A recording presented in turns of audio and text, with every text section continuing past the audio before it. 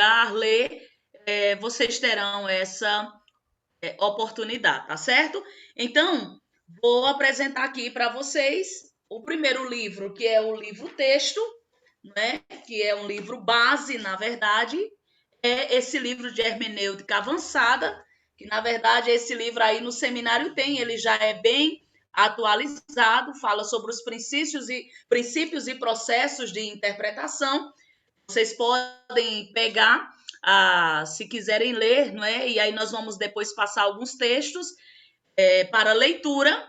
Um outro livro que é Princípios de Interpretação da Bíblia, nós temos também esse livro no seminário.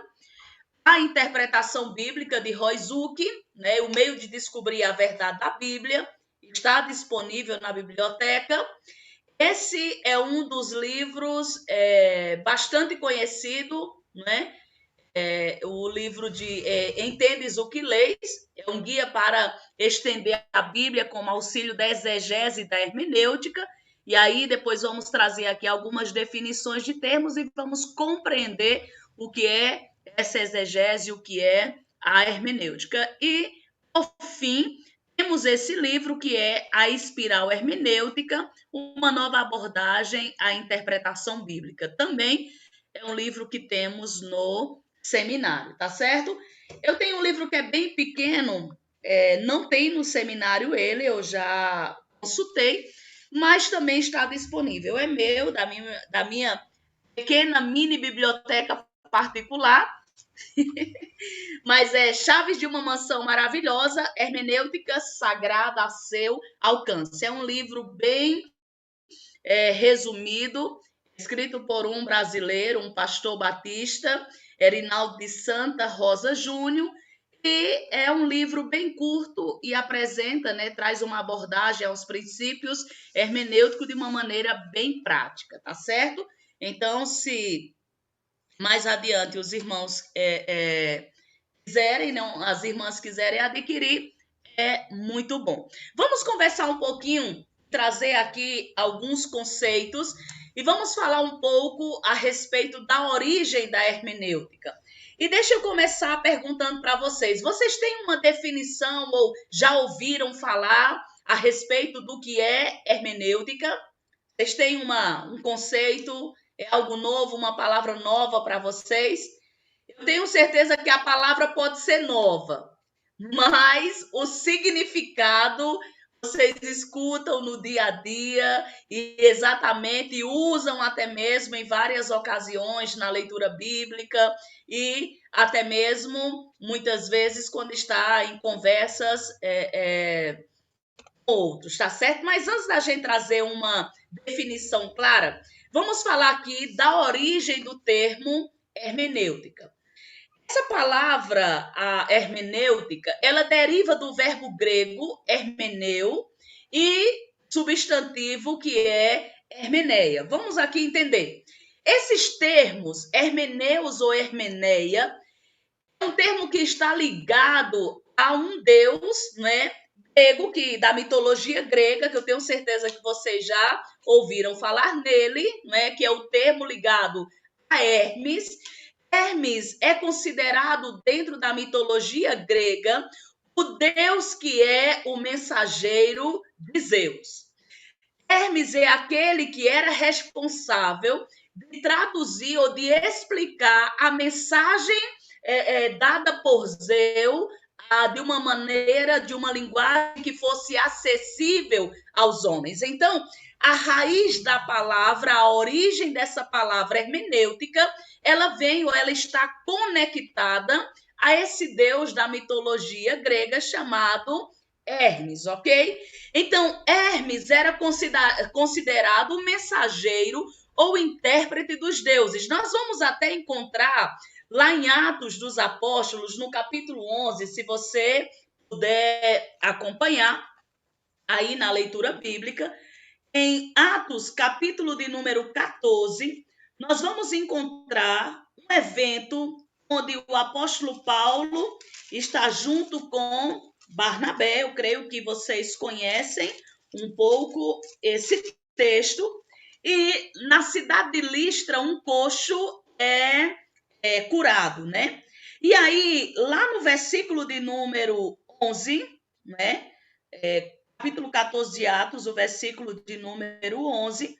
Lembre-se que no versículo 10, Paulo, quando vê esse coxo, ele ordena, né? E diz para aquele homem, fixa nele o olhar. Vendo que ele possuía fé para ser curado, Paulo ordena dizendo, apruma-te direito sobre os pés, e esse homem saltou. Por causa da cura desse homem que era aleijado, disse que as multidões, versículo 11, viram o que Paulo fizera e gritaram em língua icaônica, dizendo: os deuses em forma de homem baixaram até nós. A Barnabé chamavam Júpiter e a Paulo chamavam Paulo de Mercúrio, porque era este o principal portador da palavra, tá certo? Então, dentro da mitologia grega, o panteão aí, exatamente Júpiter, era conectado a Zeus, não é? E Mercúrio era esse Hermes, ok? O deus que era mensageiro ou o intérprete dos deuses. Por isso que Paulo havia ordenado, e no texto vai dizer, nesse momento eles vão dizer, os deuses baixaram em forma de homem e colocaram o nome de Paulo de Mercúrio, que era ligado a Hermes, que era o mensageiro da palavra, ok? Então, a palavra hermeneu passou a significar o ato, não é, de alguém compreender em seu próprio idioma, ou seja, explicar ou em outra língua traduzir. Ou seja, a palavra hermeneu tem esses dois significados, ok? Explicar, expor ou traduzir, trazer uma explicação ou uma tradução. Aí, em termos práticos, vejam como a definição da palavra hermenêutica ela é bem curta. Alguns autores vão trazer praticamente a mesma definição. Esse livro que eu apresentei para vocês, Hermenêutica Avançada, de Henry Virley, ele vai dizer que hermenêutica é a ciência e a arte da interpretação bíblica, ok? Então, quando nós falamos o que significa hermenêutica, ela tem exatamente, ou essa palavra tem exatamente o significado de o conceito é a ciência ou a arte de interpretar o texto bíblico, ok? Então, um outro autor ele vai dizer que praticamente veja a mesma coisa, que hermenêutica é a prática ou a disciplina da interpretação, ok? Então, hermenêutica ela traz em si levar alguém a compreender, não é, algo, não é, explicar, expor, traduzir. Então, hermenêutica é essa prática ou essa disciplina de interpretação. E Louis Berkhoff, que é um outro autor aí, nós conhecemos pela teologia sistemática que ele também escreveu, vários outros livros, ele vai dizer hermenêutica é a ciência que nos ensina os princípios, as leis e os métodos de interpretação, ok? Então, gravem bem aí essa definição. E como eu disse para vocês, vocês poderiam não saber o significado da palavra, mas o conceito nós usamos sempre, não é? E em vários contextos fazemos exatamente essa hermenêutica, ou essa interpretação. E aí, no nosso caso, estamos estudando a hermenêutica bíblica. Então, vamos aqui, de uma maneira prática, trazer um conceito geral. Hermenêutica é a arte ou a ciência de explicar o significado do que foi ou está sendo observado. E sempre que eu estou, ou para fazermos uma boa hermenêutica, aquilo que eu vou observar, investigar no texto, eu vou buscar responder a pergunta que é: o que é isto? Ou o que isto quer dizer? Eu estou lendo o texto bíblico, qual é o significado do texto. Qual era a intenção do autor ao escrever determinado texto. Então, a hermenêutica, ela propõe isso, ok? Trazer uma resposta à medida que eu vou observando o texto, né? Eu vou buscando resposta para saber qual é o significado do texto aí que está sendo lido, do texto que foi escrito, ok? Então, o objetivo principal da interpretação bíblica é descobrir o sentido correto do texto na época em que ele foi escrito, com vista à aplicação correta. Todas as vezes, ou para fazermos uma boa hermenêutica do texto, nós precisamos uma boa interpretação do texto, nós precisamos fazer perguntas a esse texto, buscar entender o que estava na mente do autor quando ele escreveu. E sabemos que a palavra de Deus tem princípios e ela deve reger as nossas vidas hoje. Então, eu vou procurar o significado do texto e agora vou trazer uma aplicação correta para os nossos dias, né? Então, para fazermos uma boa hermenêutica, sabemos que existem muitas barreiras, não é, que nós precisamos transpor exatamente, mas daqui um pouquinho nós vamos falar sobre elas, nós vamos ver quais são essas barreiras, porque do texto sagrado nós temos exatamente, não é, um tempo e uma distância entre os autores bíblicos e nós. Nós sabemos que a palavra, que a Bíblia, ela é a palavra de Deus e ela é atemporal, ou seja, ela se aplica em todos os tempos. Mas precisamos ter na nossa mente de que, quando nós vamos ler a palavra, antes da Bíblia ser para nós, ela teve um destino, é verdade ou não é?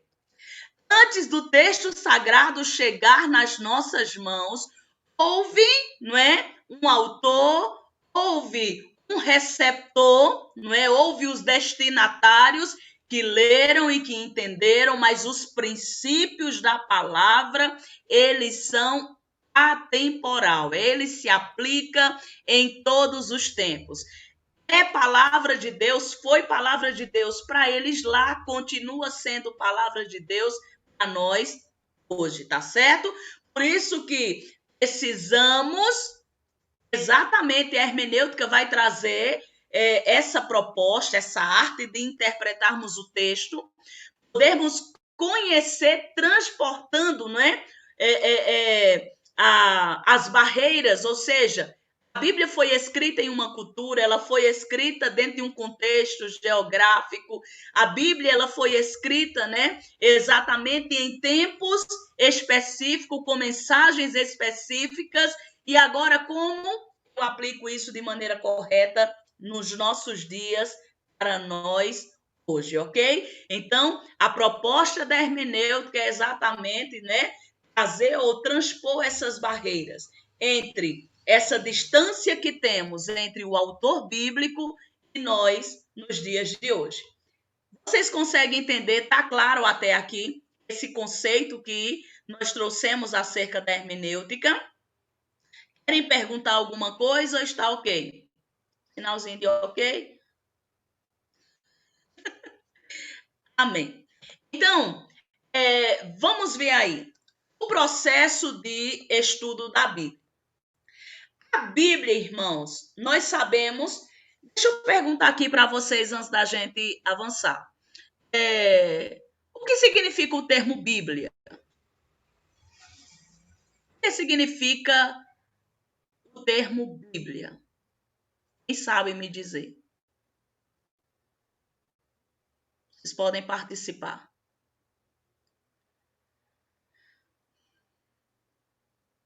Vai Biblioteca, não? se apontar. Oi? Faz uma referência à biblioteca, né? Que é o conjunto de vários livros. Biblioteca. Exatamente. É uma coleção de livros, né? Assim é que nós conhecemos. Ou seja, nós temos a Bíblia, e a Bíblia, essa coleção de livros, é um livro rico em estilo e conteúdo. Não é verdade? Quando nós olhamos, existem vários estilos como a Bíblia foi escrita, o conteúdo dela é variada. Nela nós vamos encontrar narrativa, profecia, poesia, provérbios, parábolas e tantas outras, né, estilos de linguagem. E à medida que vamos lendo, cada livro tem especificamente a sua característica, né? E esse estilo, né, ou esse conteúdo aí, nós vamos ver que ela nos proporciona várias alternativas de pesquisa do seu conteúdo. O estudo de qualquer livro bíblico será mais proveitoso e útil através do levantamento de dados que conduzirão a conclusões bem fundamentadas. É por isso que precisamos ter muito cuidado, e a hermenêutica vai nos ajudar. Exatamente que quando eu estou lendo um texto bíblico, a primeira coisa eu devo perguntar, não é? Eu devo observar, eu devo fazer perguntas ao texto, e uma delas é: o que eu vejo? Estou lendo a Bíblia. O que eu vejo? O que é que significa isso que eu estou lendo? Como isso se aplica à minha vida? Aí eu começo, à medida que vou fazendo perguntas ao texto, fazer um levantamento de dados que vai me levar a algumas conclusões. Eu preciso conhecer o estilo, eu preciso muitas vezes conhecer o contexto do texto, eu preciso conhecer quem são os personagens que estão envolvidos no texto que eu estou lendo, porque exatamente a gente vai ler um dos livros como Apocalipse. O livro de Apocalipse é cheio de simbologia, é verdade?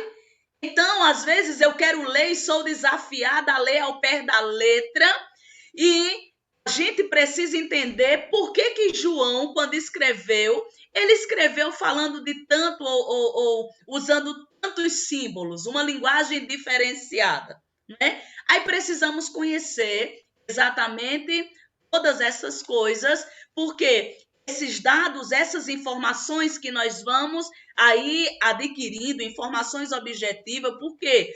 Porque eu não posso dar um sentido ou acrescentar algo do texto que não foi revelado. Às vezes a gente é tentado, né? Aí a gente vai com o nosso achismo. Eu acho que o autor, que Paulo, que Moisés, que Abraão queria dizer isso. Então, esse é um achismo meu. Eu preciso permitir, e uma das regras que eu já quero que vocês guardem aí na mente e pro resto da vida de vocês, é que uma das regras da hermenêutica que nós não podemos nos esquecer nunca é que a Bíblia, ela interpreta a própria Bíblia, tá certo? Essa é a principal regra, não é o principal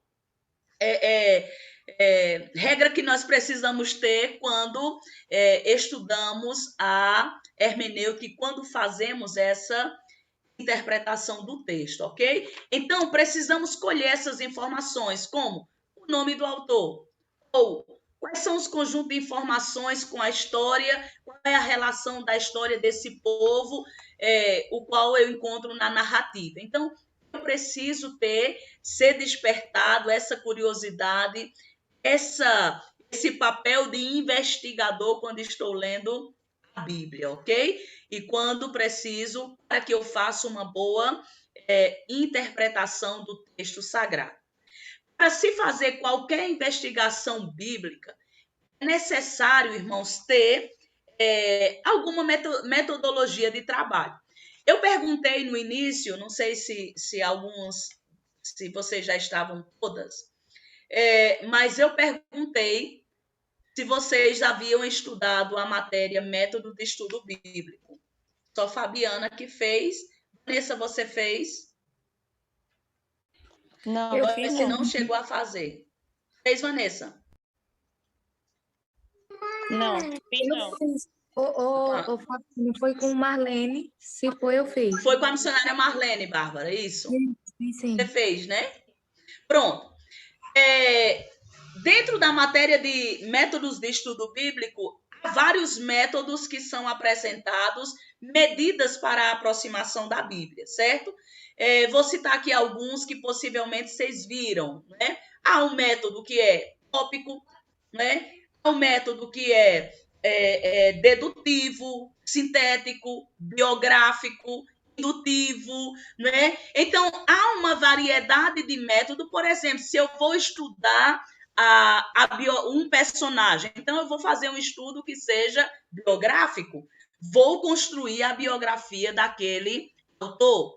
Então, para se fazer uma boa hermenêutica do texto, nós precisamos do método que nós chamamos método indutivo. Alguns hoje têm dado o nome devocional, ou seja, eu preciso permitir que o próprio texto traga as respostas que eu preciso, né, para a realização ou para melhor compreensão do texto sagrado. Então, dentro do método indutivo, nós temos aí um método que é chamado oica, ou seja, são 4 coisas. Essa palavra oica, ela é comum. Agora eu esqueci. Está na mente a palavra, mas me foi. Ela tem, cada letra, ela tem como um acróstico. Ela tem um significado. O O é a observação do texto. I, interpretação do texto. C, correlação do texto. E o A é a aplicação do texto, ok? Então, eu preciso, para uma boa hermenêutica, observar bem o texto, eu preciso ler, sempre na minha investigação, perguntando o que vejo no texto. Aí eu vou colhendo os dados. Os personagens, narra o local, né? Onde se está acontecendo, onde se está passando o que o texto tem falando, né? Então, eu vou fazendo perguntas na observação. Para a interpretação, com todas aquelas perguntas que eu fui colhendo as informações, aí eu pergunto, o que significa isso aqui no texto? Qual era a intenção do autor quando escreveu? Não é? Eu começo a investigar. Não é? Há algum texto que respalda essa verdade que se está dizendo? Eu vou correlacionar.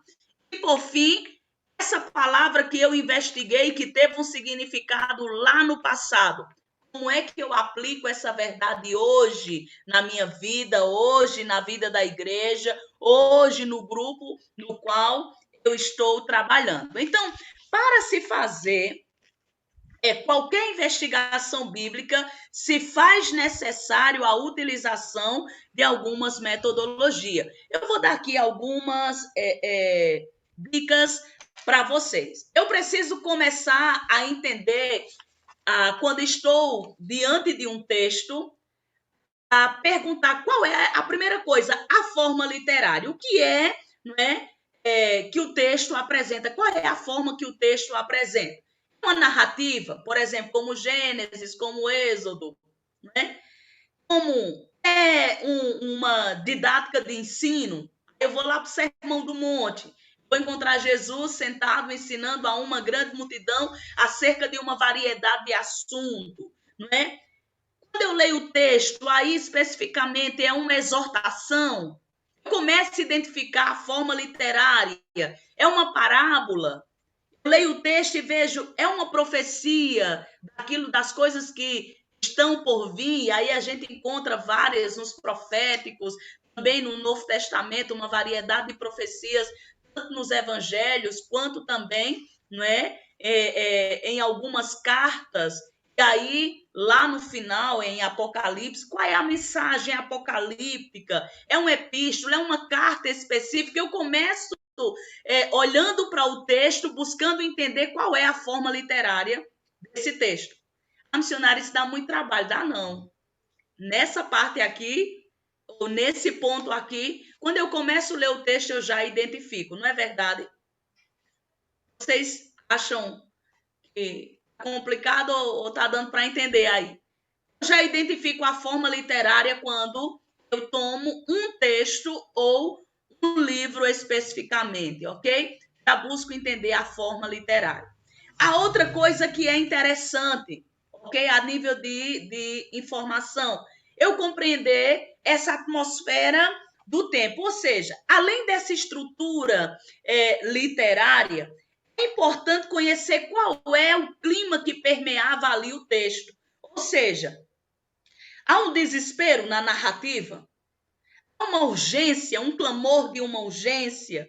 O texto narra de uma alegria, por exemplo, a gente lê a carta de Filipenses, não é? E a gente vai logo identificar, à medida que estamos lendo essa pequena carta, há uma ênfase a respeito da alegria do cristão, não é? Ainda que Paulo, no meio de tanta adversidade, mas por vários momentos ele convoca essa igreja a se alegrar e alegrar-se sempre no Senhor, não é? Então, o texto que eu estou lendo expressa gratidão, expressa um lamento, expressa uma tristeza, há um medo, uma segurança. Então, eu começo a ler o texto começando assim a entender a forma literária, não é? Qual era o clima que permeava essa narrativa, há um diálogo travado entre alguns personagens, eu começo a investigá-lo. Começo pensando, ou seja, na medida que eu vou lendo, há uma repetição de palavras. Há palavras no texto que são palavras-chave, ou seja, há uma ênfase nela, né? Ressaltante. E aí, quando eu vou para essa palavra-chave, eu preciso, como observador, entender. Existem algumas palavras, irmãos, irmãs, que elas trazem consigo, não é? Significados, e à medida que eu vou estudar o significado daquela palavra, é como que se o texto se tornasse mais claro. Por exemplo, a gente encontra uma palavra muito comum, tanto no Antigo quanto no Novo Testamento, como aliança, não é? Qual é o significado dessa palavra aliança? O que sentido, o que os ouvintes, os leitores lá do início que receberam o texto, o que eles entendiam quando se falava acerca de aliança, né? Por exemplo, para nós temos um significado na nossa mente do que é aliança, verdade? Quando se fala aliança, o que você já pensa de imediato? Bom, tem o objeto e tem o pacto, né? O Veja que compromisso, coisa o interessante, acordo. guardem aí. Muito bem, Bárbara. Aqui nós vamos encontrar duas coisas, né? Ou seja, eu vou lembrar do que Bárbara disse, do pacto, ou seja, a aliança tem um significado, não é? Entre esse pacto, era um contrato celebrado entre duas pessoas, um acordo feito entre duas partes, com suas responsabilidades, com seus deveres, né? A serem aceitos nesse contrato, nesse pacto, mas também tem um significado também, que é o significado que a Bárbara trouxe. A aliança pode ser somente o objeto, que traz consigo também algum significado. Por isso, eu Um preciso. exemplo também é sangue, né? Tem várias aplicações. Exatamente. Muito bem lembrado. Por isso que, além de eu buscar compreender a palavra-chave do texto, existe uma grande necessidade e importância de conhecer o contexto em que o texto que eu estou lendo está inserido. Eu sei que talvez alguns que fizeram seitas e heresias ouviram uma frase que é muito famosa, ou que sempre se usa muito quando se dá essa matéria religiões comparada. Gravem bem. Um texto fora do seu contexto é um pretexto para uma heresia. Então, eu preciso entender, compreender, estudar o contexto em que o texto que eu estou lendo está inserido, para que eu não esteja dando informações que a Bíblia não traz. Eu vou dar aqui alguns exemplos. Quando falamos dessa importância do contexto, Bárbara citou o exemplo do sangue, né? Existe uma variedade. Mas vamos ler aqui 3 textos, somente para mostrar aqui que em textos diferentes, a mesma palavra, ela tinha uma função distinta dentro do contexto. Eu vou pedir a Joyce para abrir a Bíblia em 1 Pedro 2,5. Vou pedir a Fabiana para abrir a Bíblia em Gênesis 7,1. Eu vou pedir a Bárbara para abrir a Bíblia em 2 Samuel, capítulo 7, o versículo de número, vou só conferir aqui. 2 Samuel, capítulo 7, já encontra aí esses textos. 2 Samuel 7, por favor, você vai ler o versículo de número 1 e o versículo de número 5, tá certo? Irmã Bárbara. Vamos começar, Joyce, por favor. 1 Pedro 2,5. Eu quero que vocês ouçam bem o texto, para a gente identificar a palavra, exatamente saber ao que é que ela, qual é a referência que ela está fazendo, ok? Diz assim a palavra do Senhor. Vocês também, como pedras vivas, deixem que Deus os use na construção de um templo espiritual, onde vocês servirão como sacerdotes dedicados a Deus. E isso para que, por meio de Jesus Cristo, ofereçam sacrifícios que Deus aceite. Pronto. A versão da irmã é um pouquinho diferente, mas a palavra aí, templo, não é? Exatamente ela tinha o significado de casa, ok? Essa expressão é referente exatamente à casa. 1 Pedro 2,5, eu vou ler na minha versão, diz assim, ok? Também Já vós tem outra mesmo versão como aqui, pedras essa irmã já vai vivem. ler. Pronto. Eu Então tava pode até ler na abrindo. outra versão, por favor, Joyce. Pode? Tá. Por favor. Na outra versão diz: Pode. Também vós mesmos, como pedras que vivem, sois edificados casa espiritual para ser de sacerdócio santo, a fim de oferecer sacrifícios espirituais agradáveis a Deus por intermédio de Jesus Cristo. Amém. A palavra aí, chave que nós encontramos é a palavra casa. Veja, no sentido de que Pedro está dizendo que nós, como pedra que vive, somos edificados casa espiritual. Ele está falando ele está relacionando a quem? Essa casa. Casa espiritual. Ele está falando de quem? De nós. Da gente. De nós. Ele está falando exatamente de nós como igreja, certo? Vamos lá para Gênesis, capítulo de número 7, o versículo 1. Disse o Senhor a Noé: Entra na arca, tu e toda a tua casa, porque reconheço que tens sido justo diante de mim no meio desta geração.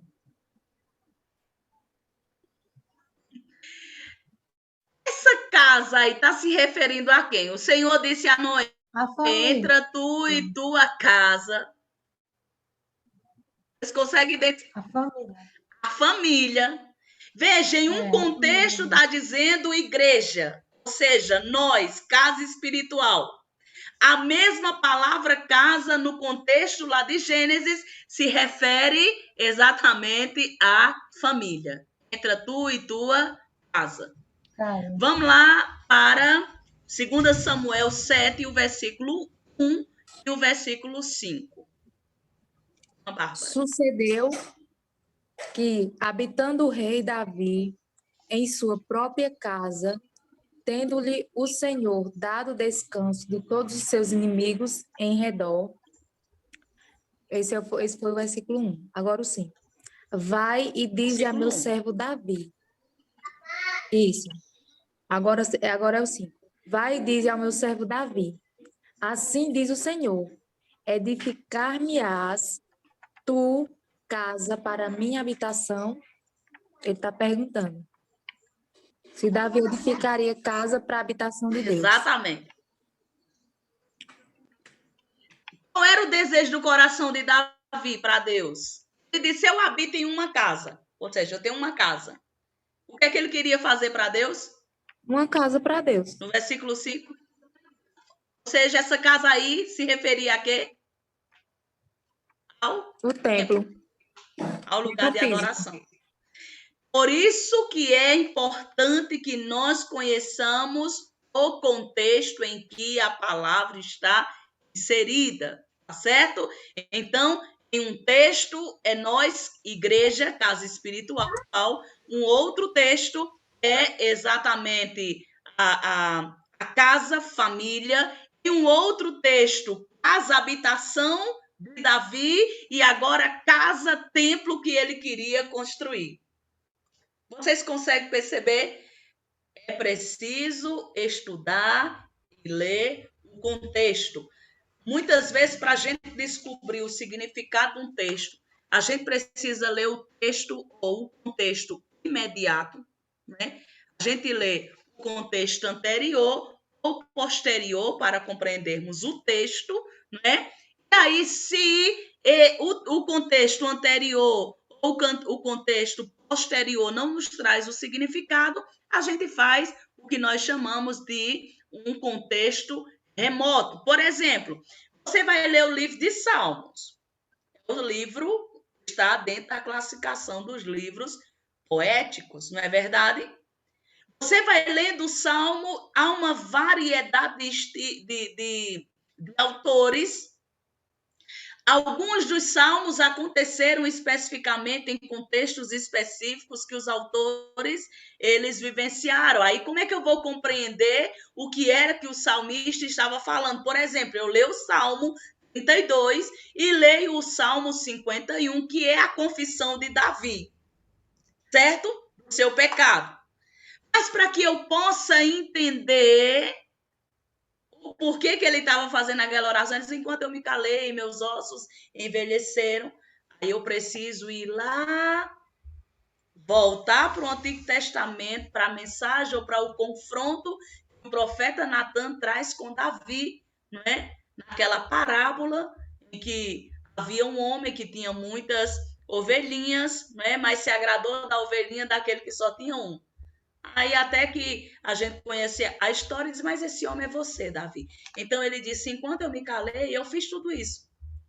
Mas aí no capítulo 32, ou o Salmo 32 e o Salmo 51, essa confissão. Aí a gente vai para um contexto remoto para entender.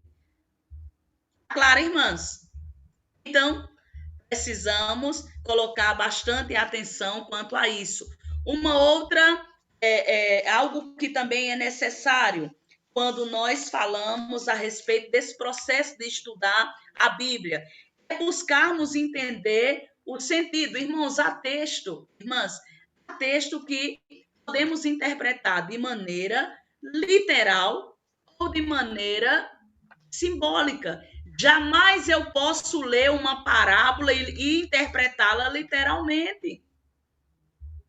Porque a parábola, sempre que Jesus falava, ou parábola, ou outras que nós conhecemos na Bíblia, exatamente elas tinham o sentido ou o objetivo de falar de coisas que eram naturais e trazer lições que eram espirituais.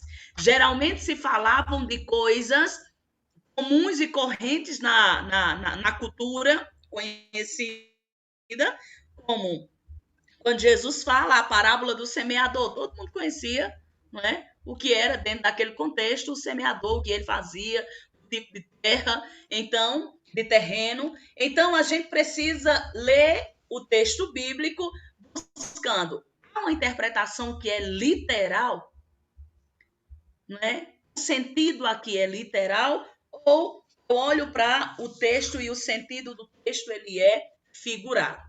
Sempre que possível, não alegorizemos o texto. Se possível, interpretemos de maneira literal, mas diante ou de maneira que o texto nos permita fazer. né? Então, tenhamos muito cuidado. Outra coisa que é importante nesse processo de estudo da Bíblia e de interpretação, nós conhecemos os tempos verbais, irmã. Precisamos exatamente, não é? À medida que vamos lendo o texto, e eu já quero pedir para a Vanessa abrir a Bíblia aí em Romanos 8, o versículo de número 2. Quando falamos nos tempos verbais, né, precisamos estar atentos. O texto que eu estou lendo, ele está transmitindo uma ordem? Está expressando um desejo?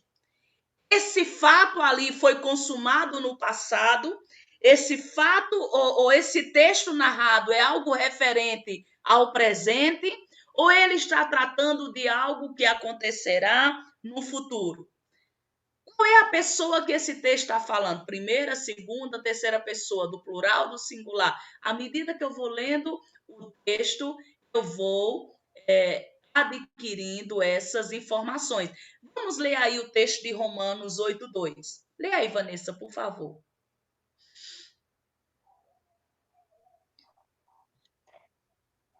Porque a lei do Espírito de vida em Cristo Jesus me livrou da lei do pecado e da morte. O que foi que a lei de Cristo fez? Livrou. Ela livrou. Ou seja, ela libertou. Qual é o tempo verbal da palavra aí livrou? Passado. No passado. É uma ação que aconteceu no passado e não é algo que vai acontecer ou que continua acontecendo na minha vida. Ou seja, o Senhor em si, ele já me livrou. Entende? Eu preciso, à medida que eu vou lendo o texto, observar que são somente algumas sugestões. Dentro da metodologia, né, do trabalho da interpretação do texto, eu preciso observar essas coisas para que melhor eu consiga chegar ao sentido real do que o autor sagrado ele queria transmitir para os seus leitores e que Deus queria que nós colocássemos em prática hoje, né? Que Deus quer. Então, aqui são somente algumas orientações dentro dessa investigação do texto sagrado, ok? Então, alguns elementos envolvidos na interpretação. A gente nunca pode esquecer. Existem 3 elementos que são principais na interpretação do texto. A fase da interpretação é a etapa intermediária na confecção do estudo. Ou seja, na fase da interpretação, nela nós vamos usar as regras de interpretação que nós chamamos de hermenêutica. Assim iremos descobrir o que o autor estava querendo dizer com aquela passagem, ok? A fase de interpretação ela é fundamental, né, na importância no estudo bíblico. Pois se estiver errada, se a minha interpretação do texto ela for errada, eu vou aplicar de maneira errada e vou reproduzir e ensinar de maneira errada. É por isso, irmãos, que quando estudamos as seitas e heresias ou religiões comparadas, a gente vê que a heresia ela tem se expandido, ela tem avançado, né? Novos grupos têm nascido exatamente por quê? Porque uma seita, esse grupo, né, que está em torno de uma interpretação errada das escrituras. Ou seja, interpreta à sua maneira. E se nós interpretamos a nossa maneira de maneira equivocada, vamos trazer uma aplicação para nós equivocada e vamos repassar isso de maneira errada para tantos outros e vamos conduzir outros ao erro, né? Então, tenhamos muito cuidado. Esses 3 elementos são fundamentais e estão envolvidos na interpretação do texto sagrado. São: existe um autor, existe o texto e existe o leitor. Quem é o leitor? Eu e você, né? Nós somos os leitores. Então, todo documento todo texto ele tem que ter um autor, não é verdade? As Escrituras Sagradas é assim. Todo texto teve um autor que foi inspirado por Deus para escrever o texto sagrado, ok? O texto, ele é moldado não pela minha intenção, mas ele é moldado pela intenção desse autor. O que o autor tinha em mente quando escreveu. Por exemplo, quando você lê a pequena carta de Judas, Judas é uma carta que tem somente um capítulo. Logo no início, versículo 3 e 4, por aí, ele começa a dizer a intenção dele. Ele disse, quando eu me propus escrever para vocês, eu queria falar da nossa comum salvação. Mas diante das notícias que Judas tinha tido, ele disse assim, então eu mudei o foco. Eu decidi escrever, né, alertando e exortando vocês a batalhar de uma vez por toda pela fé que foi entregue aos santos. Ou seja, havia, não é, uma intenção. O autor queria falar da salvação, mas ele ficou sabendo dos bombardeios dos falsos mestres que a igreja estava recebendo. Ele disse, a minha intenção foi ensinar vocês a despertarem, serem vigilantes, a batalharem de uma vez por toda pela fé que foi entregue a vocês, ok? Então, o autor teve uma intenção ao escrever o texto. É essa intenção do autor que nós devemos buscar recuperar, tá certo? Então, quando nos aproximemos da Bíblia, da palavra de Deus, oremos para que o Espírito Santo nos ajude a fazermos uma interpretação correta e a nossa tarefa é buscar compreender, né? Resgatar a intenção do autor quando Deus o inspirou para escrever o texto sagrado, ok?